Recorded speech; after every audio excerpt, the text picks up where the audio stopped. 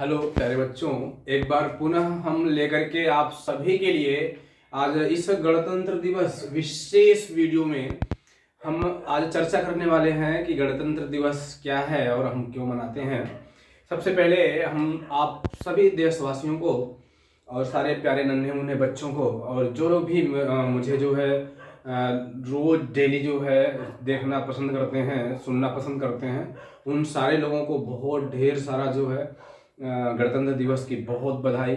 और आप सबको ज्ञात होगा कि आज समूचा देश जो है और जहाँ जहाँ भी जिस भी दुनिया के जिस भी हिस्से में जहाँ पे भी भारतीय स्थित है, हर भारतीय तिरंगा का सम्मान करके तिरंगे को लहराने का काम करता है। तो आप सभी देशवासियों को, क्षेत्रवासियों को और समस्त बच्चों को गणतंत्र दिवस की बहुत ढेर सारी बधाई। प्यारे बच्चों, मेरे भाइयों, आप सबको पता है कि जो स्वतंत्रता दिवस और गणतंत्र दिवस 15 अगस्त को स्वतंत्रता दिवस और 26 जनवरी को गणतंत्र दिवस मनाया जाता है। यह कार्यक्रम आज हम लोग कई वर्षों से करते चले आ रहे हैं और आज 73वां गणतंत्र दिवस आज सारे लोग अपने अपने संस्थानों में, अपने राष्ट्रीय कार्यालयों में, सरकारी कार्यालयों में, स्कूलों में, ऑफिसों में और कोचिंगों में, हर जगहों पे आज अलग अलग रूप से मनाया गया होगा। अलग अलग लोगों ने अपना विचार भी दिया होगा, अलग अलग लोगों को सुनने को मिला होगा। और उसी बीच में मैंने जो अपना विचार बनाया कि जो हमारा स्वतंत्रता दिवस है, ये हमारी आज़ादी है और जो हमारा देशभक्ति है, हम दो टॉपिकों पे आज बात करने वाले हैं। गणतंत्र दिवस विशेष में जो आज हम 26 जनवरी 2022 को मना चुके हैं, आज उसकी संध्या पर हम दो टॉपिक, एक देशभक्ति, नंबर 1 टॉपिक हमारी है देशभक्ति और नंबर 2 जी टॉपिक है आज़ादी। हम दोनों टॉपिक पे अलग अलग बात करेंगे और मुझे लगता है कि आपको समझ में भी आएगा कि मैं कहना क्या चाह रहा हूँ। हो सकता है कि मेरे विचार आपके विचार से मेल ना खाएं, हो सकता है कि मैं कुछ ऐसा बोलूं जो आपको लगे कि नहीं मैं गलत बता रहा हूं, लेकिन ये मेरा खुद का विचार है। और अगर आपको लगता है कि हाँ मैं सही कह रहा हूं तो अपना प्यार प्रदान करिएगा। और अधिक से अधिक लोग जो मुझसे जुड़ेंगे, तो मेरी बातों को सुनेंगे, तो निश्चित रूप से जो है मुझे और अच्छा लगेगा और मैं और मेहनत करूंगा। प्यारे बच्चों, देशभक्ति पर हम लोग चर्चा करेंगे। देशभक्ति क्या है? देशभक्ति क्या है? बहुत छोटा सा सवाल कि देशभक्ति क्या है। प्यारे बच्चों, जब हम जाते हैं मंच पे तो देखे होंगे बहुत बड़ी बड़ी शायरियां बोली जाती हैं, वो जोश में बहुत कुछ चिल्ला चिल्ला के बोला जाता है, सर पटका जाता है, मेज को ठपठपाया जाता है। क्या ये देशभक्ति है? नहीं, यही देशभक्ति है। अभी किसी को मंच पे बोलते देख लीजिए, फट फट फट फट बोलते, खूब जोर जोर से नारे लगाते हुए, तो सारे लोग क्या बोलते हैं कि देशभक्ति यही है।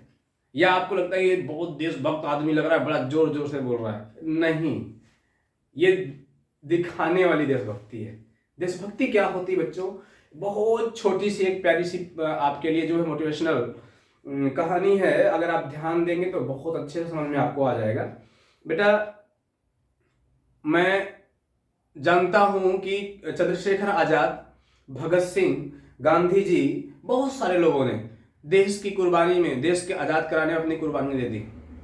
और इससे बड़ी देशभक्ति क्या हो सकती है? जो एक देशभक्त होता है, जो एक हमारा सैनिक होता है बॉर्डर पे इतनी कड़ाके की ठंड में, जहाँ पे जो है हम अपना बिस्तर ओढ़ के आग के पास भी रहने में बहुत दिक्कत होती है, इतनी ज़्यादा ठंडी होती है। और जहाँ पे खून जम जाने वाली जो ठंडी पड़ती है, उस खून जम जाने वाली बर्फीली सर्दी में पहाड़ों के ऊपर बंदूक लिया हमारा कोई सैनिक दुश्मन की तरफ बंदूक ताने खड़ा रहता है, तब चैन से मैं यहाँ वीडियो बना रहा हूँ, तब चैन से आप जो है यहाँ मुझे सुन पा रहे हैं और हम लोग अपने घरों में प्रेम से खाना खा रहे हैं। ये सिर्फ और सिर्फ इसलिए हो पाई है कि एक देशभक्त जो होता है, जो ये जानता है कि किसी भी पल दुश्मन की गोली आके मेरे सीने में घुस जाएगी, उसके बावजूद भी वो डर मतलब कि नहीं उसके अंदर आता है। सिर्फ यही देशभक्ति है। उसको ये नहीं लगता है कि मैं मर जाऊंगा, उसको ये गम नहीं होता है मैं मर जाऊंगा। उसकी माँ गांव में है, उसकी बीवी गांव में है, उसका बच्चा गांव में है। उस सब चीजों को दूर करके उसको लगता क्या है कि देश, मेरा देश फर्स्ट है। और निस्वार्थ वो बंदूक लेकर के उस पहाड़ी पे जो है जहां पे बिल्कुल इतना ठंडा है, बर्फ ही बर्फ है, बर्फ ऊपर से गिर भी रही है, टोपी ओपी उसकी बंदूक के ऊपर बर्फ जम जा रही है, उसके बाद भी वो सैनिक बंदूक लेकर के खड़ा हुआ है दुश्मन की तरफ। कोई दुश्मन मेरे देश की तरफ अपनी आंख न लगा सके, अपनी आंख न दिखा सके। मेरे बच्चों, देशभक्ति यही होती है। और कुछ ऐसे ऐसे लोग रहे हैं हमारे देश में जिन लोगों ने देशभक्ति और आजादी के लिए अपने प्राण को न्यौछावर कर दिया है। हमारे तमाम सैनिक भाई ऐसे हैं, नाम लेना कठिन है, इतने सहे सैनिक हैं। उसी में एक छोटा सा एक और अदना सा व्यक्ति आता है जिसको हम लोग जो है शायद जान नहीं पाते, क्योंकि वो इतना तुच्छ व्यक्ति था, इतना छोटे परिवार से था कि उसको हम लोग जान पाना हम लोग लिए बहुत मुश्किल था।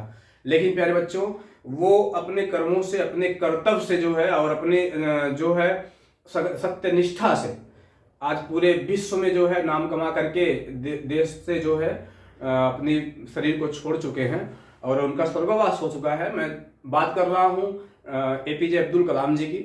प्यारे बच्चों, आपको मैं बताऊंगा कि देशभक्ति होती क्या है। एक बार बहुत छोटी सी बात है कि जो अब्दुल कलाम जी थे, इनका जो जीवन था वो बड़ा कठिनाई हो रहा था। ये एक जो है मल्लाह के घर पैदा हुए थे। इनके पिताजी मल्लाह थे, नाव चलाते थे। रामेश्वरम मंदिर है हिंदू धर्म का, वहां पे दार्शनिक लोग जाते हैं, जो लोग जाते हैं दर्शन करने के लिए वहां पे रामेश्वरम मंदिर में पूजा पाठ करने के लिए, उन लोगों को इनके पिताजी नाव में बैठा करके वहां ले जाते थे मंदिर तक। जब तक वो लोग पूजा करते थे उसके बाद वहां रुके रहते थे, उसके बाद उन लोगों को लेकर के फिर किनारे छोड़ते थे और जो धन मिलता था उससे उनका परिवार चलता था। लेकिन प्यारे बच्चों, ये सोचो कि हम लोग जो भी कहानियां पढ़ते हैं, हम लोग जिस भी महापुरुष के बारे में पढ़ते हैं, क्या पढ़ते हैं? अक्सर ये पढ़ते हैं जीवन परिचय में कि इनके माँ बाप का देहांत बहुत जल्दी हो गया।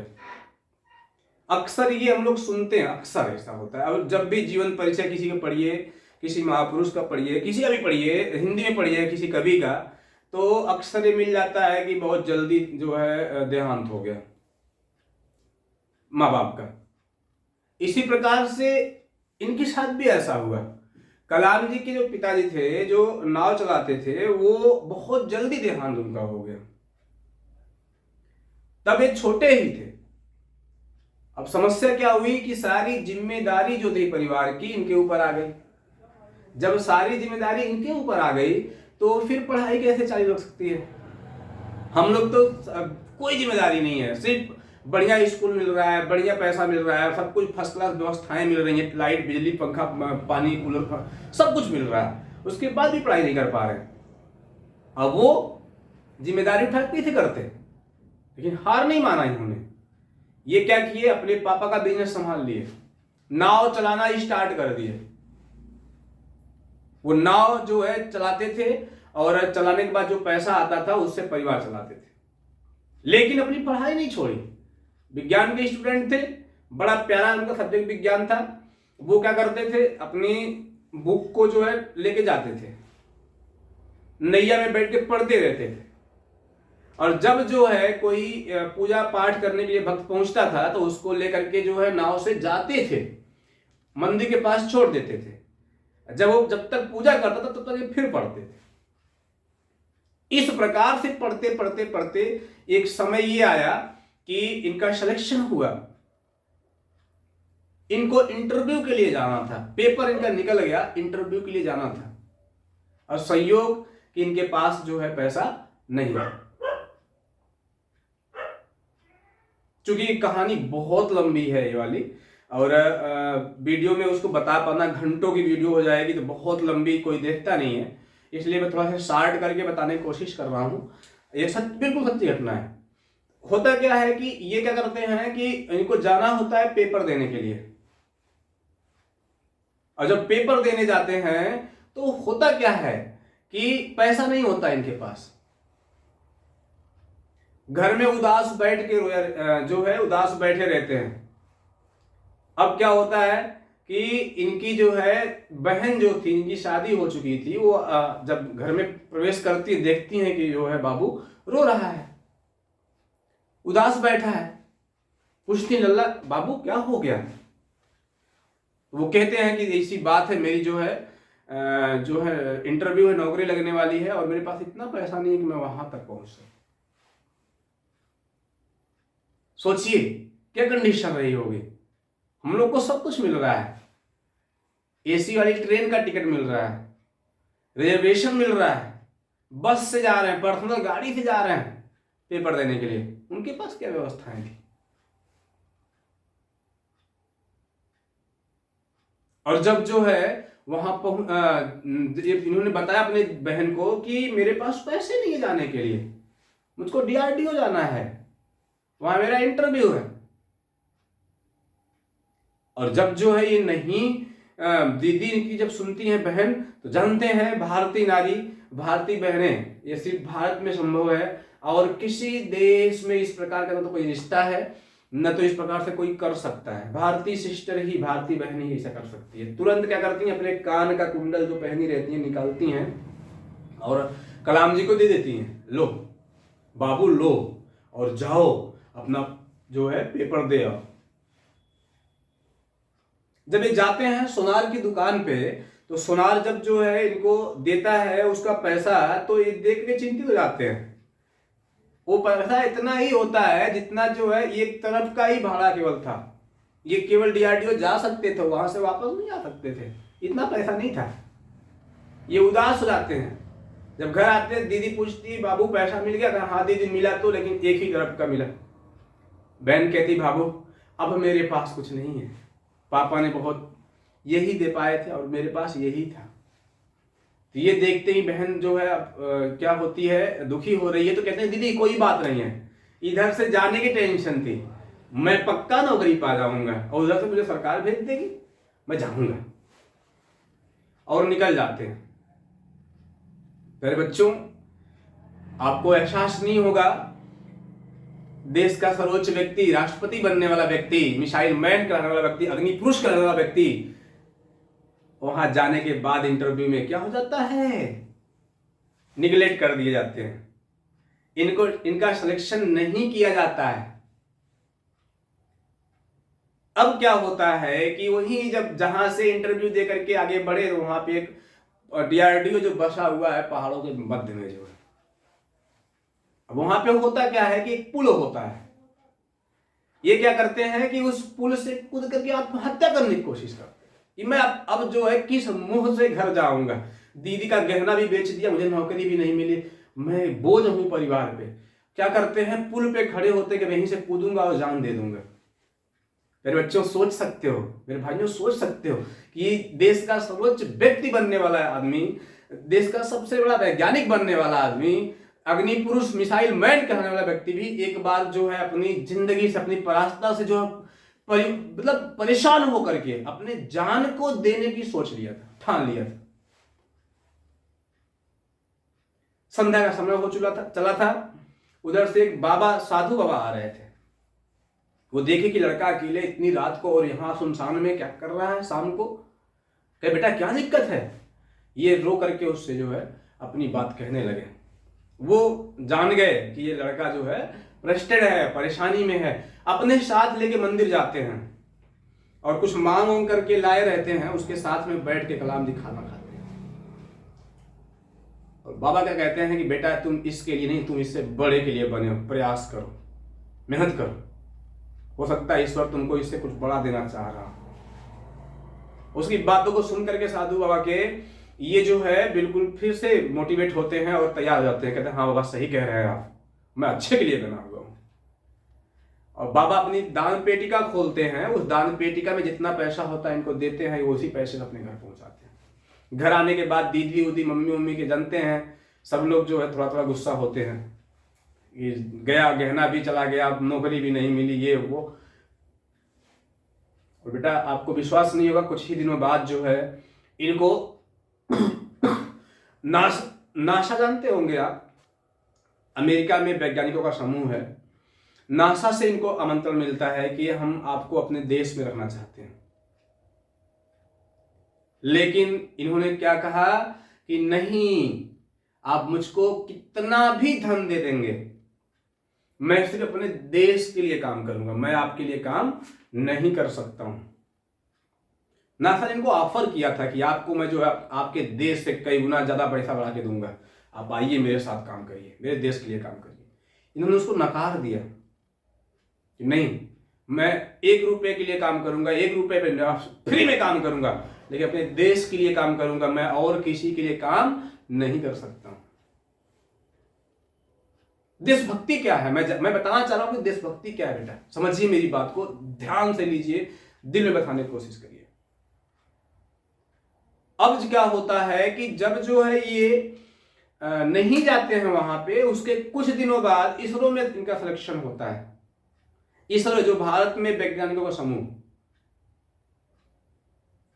इसरो में सिलेक्शन के बाद जानते ही हैं आप जो है कि डीआरडीओ में जब जाते, एक बार डीआरडीओ में जहां पे इनका जो है इनको जो इंटरव्यू में छाड़ दिया गया था, वहां पे इनका कोई कार्यक्रम लगता है, और कार्यक्रम जब लगता है तो वहां जब पहुंचते हैं, मन से बोलते वक्त बोलते हैं कि मुझको डीआरडीओ ने एक बार निगलेक्ट कर दिया था, और जो अधिकारी किए थे उनको भी सामने बैठे थे, उनको भी इशारा किया कि आपने ही किया था, धन्यवाद आपका।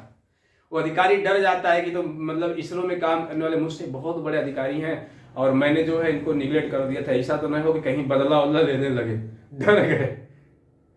इन्होंने कहा नहीं, धन्यवाद आपका, जो है आपकी बदौलत मैं यहां खड़ा हूं। उसके बाद क्या होता है बेटा, आप सब लोग जानते हैं बच्चों कि इन्होंने ब्रह्मोस मिसाइल बनाई, अग्नि बनाई, त्रिशूल बनाई, मतलब कि झड़ी लगा दी।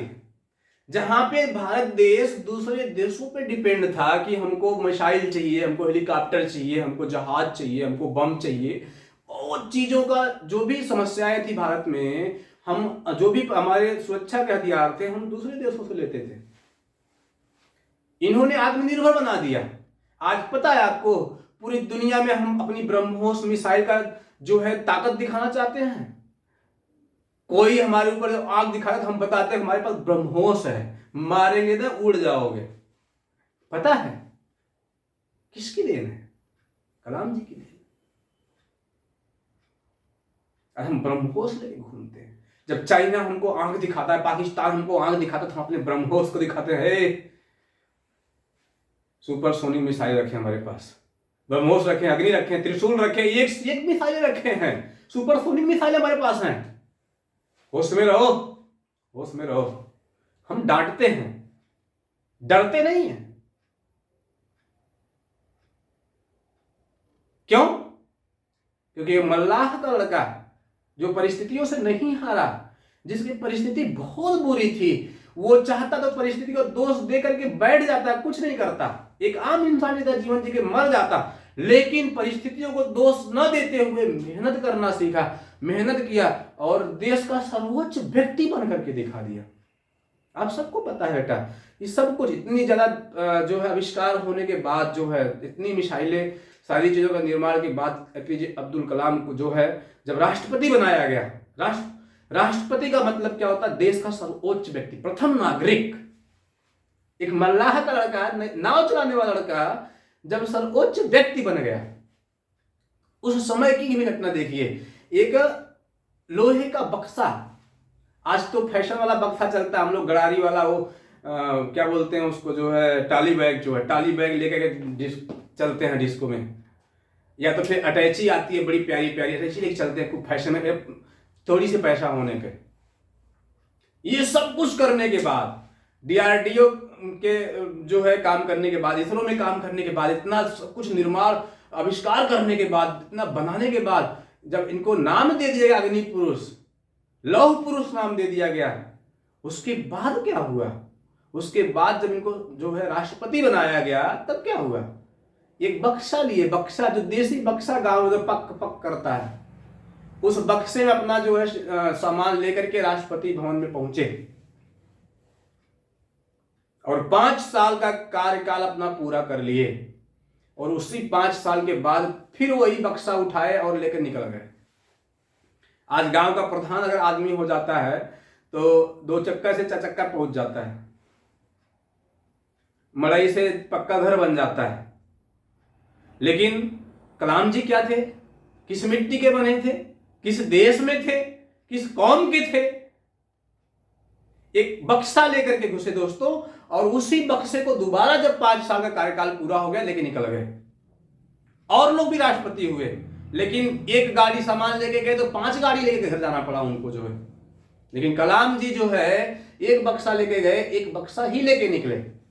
और जान के हैरानी बेटा आपको होगी कि अपने यूज का पैसा ही, जो उनको सैलरी मिलती थी उसमें जो उनका खर्च था, उस खर्च के पैसे को निकाल करके बाकी सब पैसा जो है किसी स्कूल को, किसी जो है ट्रस्ट को दान कर देते थे।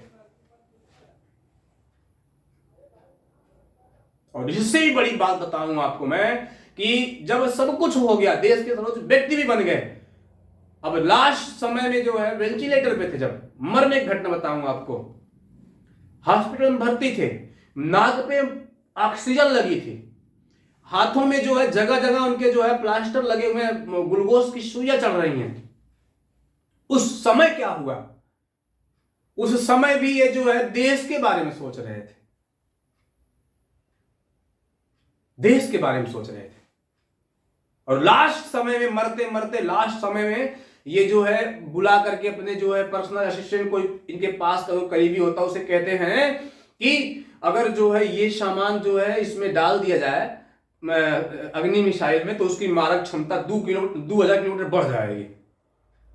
इस प्रकार का सजेशन लास्ट समय में देते हैं, जब उनके शरीर में अथाह पेन हो रहा था, जब उनके शरीर में जो है एकदम बिल्कुल जो है दर्द से सांस नहीं आ रहा था, नाक पे जो है ऑक्सीजन लगी हुई थी, जगह जगह सुइयों का गोदा गया था सुइयों से। उस समय क्या कहते हैं बुला करके कि अगर जो है इस मिसाइल में ये चीज डाल दी जाए तो जो है वो उसकी मारक क्षमता और बढ़ जाएगी। धन्य हो वो पुरुष, धन्य हो माँ ऐसा तो जन्म दी इस बच्चे को, और धन्य हम लोग है कि हमारी मिट्टी, धन्यवाद भारत माँ की मिट्टी का धन्यवाद कि इस प्रकार के वीर सपूत यहाँ पैदा होते हैं, इस प्रकार के देशभक्त यहाँ पैदा होते हैं। और हुआ क्या बेटा कि जब इस बात को उनका पीए सुनता है तो उसके आंखों से आंसू निकल जाता है, कहता है अरे वाह, क्या सर आप जो है एकदम अंतिम क्षण में हैं, आपके प्राण निकलने वाले हैं, असहनीय दर्द आपके शरीर में दिख रहा है, उस समय भी आप देश के बारे में सोच रहे हैं। बच्चों कहते क्या है, कहते कि मैं मरते मरते जाते जाते जब तक मेरे शरीर में एक बूंद खून है, एक बूंद, तब तक मैं देश के लिए काम करना चाहता हूं। एक बूंद खून, जब तक मेरे शरीर में एक बूंद खून है तब तक मैं अपने देश के लिए काम करते हुए मरना चाहता हूं, तब तक। हैरान हो जाते हैं लोग देख करके, डॉक्टर वहां पे उपस्थित जो गार्ड लोग होते हैं, जो उनके सिक्योरिटी में लगे होते हैं, सब हैरान हो जाते हैं, क्या पुरुष है, क्या आदमी है। कोई दिखावा नहीं, आप देखे होंगे ईश्वर ने उनको कितना खूबसूरत बनाया था, कोई खूबसूरती नहीं, बिल्कुल काला कलूटा, अजीब सा चेहरा बिल्कुल। लेकिन उनके कर्तव्यों ने, उनके कार्यों ने उनको इतना सुंदर बना दिया कि पूरा देश उनको नमन किया। जब मरे तो पूरा देश रोया, पूरी दुनिया के लोग नमन किए, धन्य हो कलाम, आप धन्य हैं।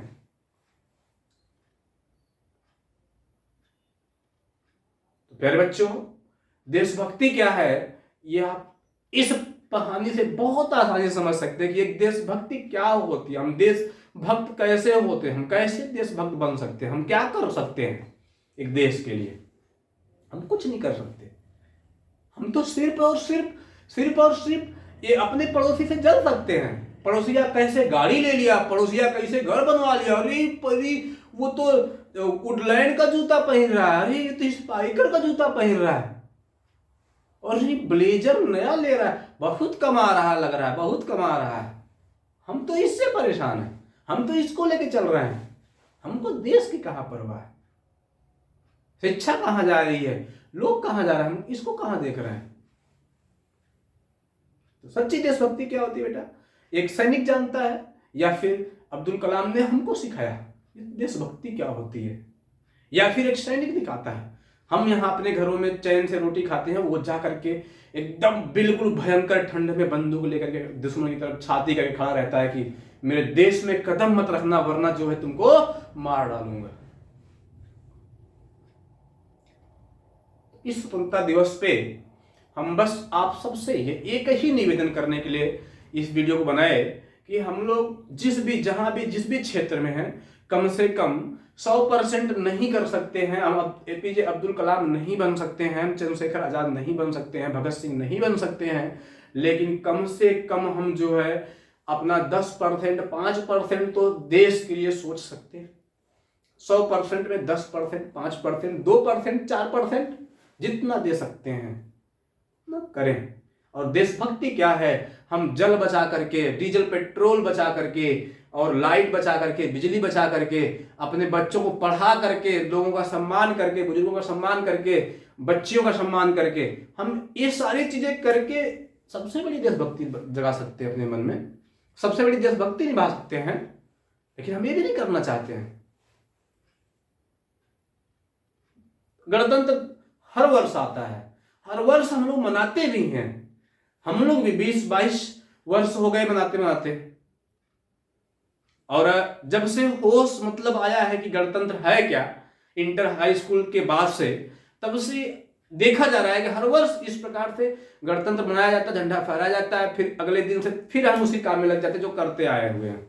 चोरी डकैती छिनैती, इनका हड़पना उनका हड़पना, ये सारी चीजें फिर शुरू हो जाती है। ठीक है, करिए आप, लेकिन उसी में कहीं थोड़ा सा जगह निकाल करके देश के लिए भी सोच लीजिए, घर परिवार के लिए भी सोच लीजिए। और गणतंत्र आज के जो है सही मायने में देखा जाए तो संविधान लागू हुआ था। संविधान जो है हम सबको जो है एक देश को जो है बांध के रख दिया, और संविधान नहीं होता तो आज हमको यहाँ पे बोलने का हक नहीं होता, आपको देखने का हक नहीं होता, हम कहीं पे काम करते होते, और आप जो है जो देख रहे हैं जो नन्हे मुन्ने पुष्प बच्चे, सबको जो है कहीं ना कहीं जो है व्यस्त रखा जाता है। ये नहीं कर पाते, शिक्षा हमारे हक में नहीं हो पाती। संविधान कहीं ना कहीं हम सबको जो है बराबरी का हक दिया, और इसके लिए बाबा साहब भीमराव अंबेडकर की जो है बहुत बड़ा उनका धन्यवाद है और बहुत बड़ा आभार हम सबका है। लेकिन उन्होंने क्या बताया, उन्होंने क्या कहा कि संगठित बनो, शिक्षित बनो, लेकिन हम करते क्या है, हम लोग जो है बर्थडे मनाते हैं। थोड़ा से कोई कार्यक्रम हुआ, डीजे मंगा लिए, डीजे मंगा के खूब गंदा गंदा गाना बजा के डांस कर रहे हैं। बाबा साहब ने ये कहा था क्या कि पढ़ो मत, डीजे मंगाओ, डांस करो? यही कहा था उन्होंने, तो ये कहा था संगठित हो जाओ, शिक्षित बनो, पढ़ो, अपने बच्चों को पढ़ाओ। हम क्या कर रहे हैं, उसका बर्थडे बना रहे हैं, बच्चा पैदा हुआ था बर्थडे मना रहे हैं, और रात भर 2-2 बजे रात तक डीजे बजा करके डांस कर रहे हैं। ये कहा था क्या उन्होंने? अरे लड़का पैदा हो गया, उसका बर्थडे मना रहे हैं, कोई बात नहीं, घर में मिठाई खा लीजिए, खाना अच्छा सा बना के खा लीजिए, उस बच्चे के नाम पे कोई दान कर दीजिए, जितना आप खर्च 2-4-5 हजार डीजे में कर रहे हैं, किसी गरीब को लाके दे दीजिए, अपने बच्चे को कपड़ा दिए, उसी तरह कोई गरीब बच्चा को कपड़ा दे दीजिए। ये तो नहीं हो पाएगा। तो प्यारे दोस्तों, मेरे देशवासियों, अगर हम थोड़ा से विचार बनाएं, हम पूरा तो नहीं कर सकते, संभव ही नहीं है, लेकिन अगर विचार बनाए तो अपने मन से, वाणी से, विचारों से हम कुछ जो है देशभक्त बन सकते हैं। और हम आजादी मनाते जरूर हैं, लेकिन हम खुद आजाद नहीं है अपने विचारों से, अपने कर्मों से और अपने कर्तव्यों से। जो हमारा कर्तव्य है हम उसको नहीं कर पा रहे हैं, जो हमारा विचार है हम उसको नहीं रख पा रहे हैं, उसको बदल पा रहे हैं, तो हम आजाद कहाँ हैं? सही मायने में हम आजाद नहीं है। आजादी हम जो है जबरदस्ती मनाते हैं। आजादी क्या होती है? मैंने चौथी में कहा था देशभक्ति का, मैं बताया आपको देशभक्ति होती क्या। अगर आप महसूस करेंगे मेरी मेरी बातों को, तो आपको समझ में आ जाएगा कि देशभक्ति होती क्या है और आजादी क्या होती है। इस टॉपिक पे भी बात कर लेते हैं बहुत छोटा से शब्दों में, क्योंकि वीडियो बहुत लंबी हो गई है। एक पिंजरे में किसी बंदर को, किसी जो है खरगोश को, किसी चिड़िया को बंद कर दीजिए,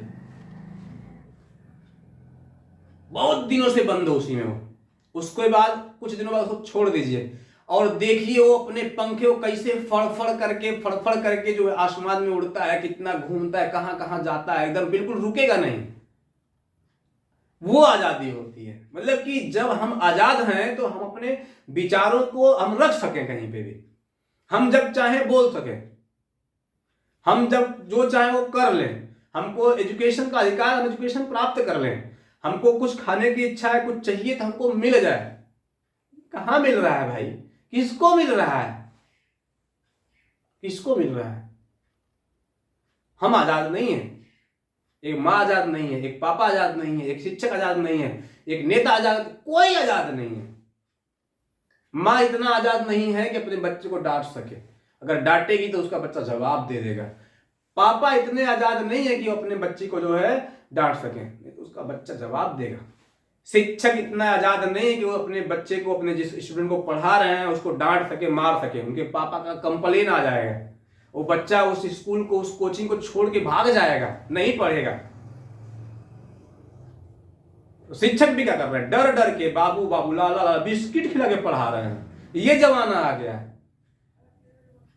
बाबू आवा आवा पढ़ा, बैठा लाला, कुर्सी पहुंच के, बेंच मास्टर साहब पहुंच के दे रहे हैं कि बाबू बैठा, पढ़ा, आवा लाला पढ़ ला। ये समय आ गया तो आजादी कहां है? और बच्चा कहां आजाद है? जो बच्चा अपने गुरु से बेंच पुछवा के बैठ रहा है, अपनी मम्मी की बाड़ी नहीं सुन रहा, अपने पापा की बाड़ी नहीं सुन रहा है, क्या वो आजाद है? उसके दिमाग में भी चलता होगा अगर सेंसिबल है तो, कि मैंने क्यों है गुरु की आज्ञा का पालन नहीं किया, मैंने अपनी माँ का बात नहीं सुना, उलझन में रहता होगा। जो उलझन है तो आजाद कहां है? सब चीज का निचोड़ क्या है बेटा, बाबू, दोस्तों, बच्चों, सब चीज का निचोड़ यही है, हम लोग कुछ कुछ सोचना शुरू करें, हम अपने विचारों से आजाद हों, हम जो है दूसरे को चीजों को सुनना शुरू करें, अपनी गलतियों को मानना शुरू करें, निश्चित रूप से हम आजाद हो जाएंगे। लोगों का सम्मान करना सीखें, माँ बाप का सम्मान करना सीखें, अपने गुरुजनों का सम्मान करना सीखें। निश्चित रूप से जो है हम लोग जो है आजाद अपने आप को महसूस करने लगे। जब हम चैन से रात को सोते हैं, एकदम कोई उलझन नहीं, कोई टेंशन नहीं, कोई होमवर्क नहीं, कुछ नहीं, तब हम कहते हैं हम आजाद हैं। तो आजादी का सही मतलब और गणतंत्र का मतलब और देशभक्ति का मतलब मैंने बताया। मुझे उम्मीद है कि आप लोगों को ये वीडियो अच्छी लगेगी और आप लोग अपना प्यार भी देंगे। और एक बार पुनः आप समस्त देशवासियों को और मेरे सारे दर्शकों को और प्यारे नन्हे मुन्ने बच्चों को, जो लोग भी इस वीडियो को देख रहे हैं, सबको और पूरे देशवासियों को गणतंत्र दिवस की बहुत ढेर सारी बधाई। आप हमेशा तरक्की करें, आप हमेशा आगे बढ़ें और हर संभव मदद जो मेरी हो पाएगी मैं आपके लिए हमेशा तैयार रहूँगा, हमेशा न्यौछावर रहूँगा। और निश्चित रूप से आप ये विश्वास करिए कि जहाँ भी आप सबकी बात आएगी, मेरे लोगों की बात आएगी, मेरे चिंतकों की बात आएगी, मेरे दर्शकों की बात आएगी, निश्चित रूप से जब तक मेरे शरीर में एक बूंद भी खून है मैं उनके लिए न्यौछावर रहूँगा, उनके लिए कार्य करता रहूँगा, उनके लिए बोलता रहूँगा, उनकी आवाज़ बनता रहूँगा, उनकी आवाज़ को उठाता रहूँगा। निश्चित रूप से आप इस बात को विश्वास कर सकते हैं। और एक बार पुनः गणतंत्र दिवस की बहुत ढेर सारी बधाई आप लोगों को देते हुए और इस देश को देते हुए, इस देश के वीर सैनिकों को सलाम करते हुए, और जो हमारे देश की आज़ादी के लिए जो है अपने प्राणों तक को न्यौछावर कर दिए, चंद्रशेखर आजाद जी 23 वर्ष की उम्र में, सरदार वल्लभ भाई पटेल और बहुत सारे लोग, गांधी जी, बहुत सारे लोग, जिन लोगों ने भी न्यौछावर जो है अपने प्राणों को किया, उन सबको कोटि कोटि नमन करता हूं। और आप सबकी तरफ से, पूरे देशवासियों की तरफ से आप लोगों का बहुत आभार और धन्यवाद करता हूं कि आप लोगों ने अपने प्राणों को न्यौछावर करके इस देश के जो है बचाने का काम किया, इस देश को आज़ाद करवाने का काम किया। निश्चित रूप से हम आपकी दी हुई आज़ादी को कभी नहीं भूल सकते हैं। आपके हर जो है ख्वाब को, आपके हर जो है जुनून को, आपके हर जोश को जो है हम अपने दिलों में हमेशा जिंदा रखेंगे। जब तक जीवित रहेंगे इस सोच को पैदा करेंगे कि हम अपने देश के लिए काम करेंगे, जितना हो सकता उतना काम करेंगे और मेहनत करेंगे, लोगों को शिक्षित करेंगे। मेरा सिर्फ और सिर्फ प्रयास यही है कि आप सबको शिक्षित कर सकूं, आप सबको देश प्रेमी बना सकूं, आप सबको देशभक्त बना सकूं, आप सबको अपने मम्मी पापा का लाडला बना सकूं, एक अच्छा इंसान बना सकूं। और आप निश्चित रूप से मेरे साथ रहेंगे तो आप सबको मैं जो है बना करके दिखाऊंगा। बहुत जय हिंद दोस्तों, और एक बार मेरे साथ आप सब लोग बोलेंगे भारत माता की जय, भारत माता की जय। बहुत बहुत धन्यवाद।